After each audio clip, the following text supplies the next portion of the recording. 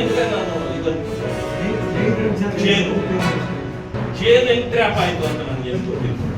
ಅರೆ ಇನ್ನೇನು ಇದಕ್ಕೆ ಒಳಾರ್ಥ ಗೊತ್ತಿರಲಿಲ್ಲ.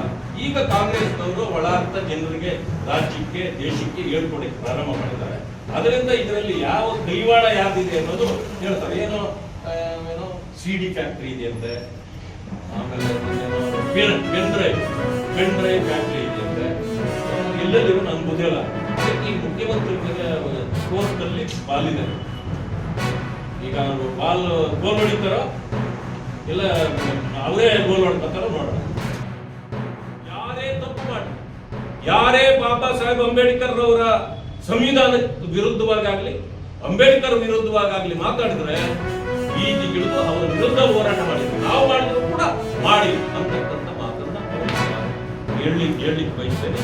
ಈ ಕಾಂಗ್ರೆಸ್ ಪಕ್ಷ ಜಾತ್ಯತೀತ ಅಲ್ಲ, ಇದು ಜಾತಿವಾದಿ ಪಕ್ಷ. ಆ ಕಾರಣದಿಂದ ಈ ಪಕ್ಷವನ್ನ ನಿರ್ನಾಮ ಮಾಡುವವರೆಗೆ ಈ ದೇಶಕ್ಕೆ ಭವಿಷ್ಯ ಇಲ್ಲ. ಯಾಕಂದ್ರೆ ವೋಟ್ ಬ್ಯಾಂಕ್ ಕಾರಣಕ್ಕಾಗಿ ಎಲ್ಲರನ್ನು ಓಲೈಕೆ ಮಾಡಿ ಈ ದೇಶವನ್ನ ನಾಶ ಮಾಡತಕ್ಕಂಥ ಪರಿಸ್ಥಿತಿ ಬಂದಿದೆ. ಆದ್ರಿಂದ ಮೋದಿಯಂತ ನಾಯಕರು ಈ ದೇಶಕ್ಕೆ ಬೇಕು. ನಾವೆಲ್ಲರೂ ಸೇರಿ ಭಾರತೀಯ ಜನತಾ ಪಕ್ಷವನ್ನು ಕಟ್ಟಬೇಕು. ಮತ್ತೆ ಅದು ಬೇರು ಮಟ್ಟದಿಂದ ಇವತ್ತು ಯಾವ ರೀತಿ ಬೆಳೆದಿದೆ ಅದನ್ನು ರಕ್ಷಣೆ ಮಾಡತಕ್ಕಂಥ ಕಾರ್ಯವನ್ನು ನಾವೆಲ್ಲ ಕಾರ್ಯಕರ್ತರು ಸೇರಿ ಮಾಡಬೇಕು, ಸಿದ್ಧರಿದ್ದೇವೆ.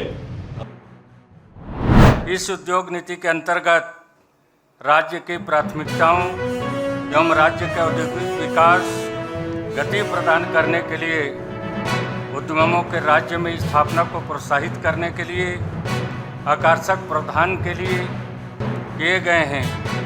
इस राज्य की साथ ही राज्य के समग्र औद्योगिक विकास, अधिकतम रोजगार सृजन तथा राज्य को औद्योगिक अग्रणी औद्योगिक राज्य के रूप में विकसित किए जाने की परिकल्पना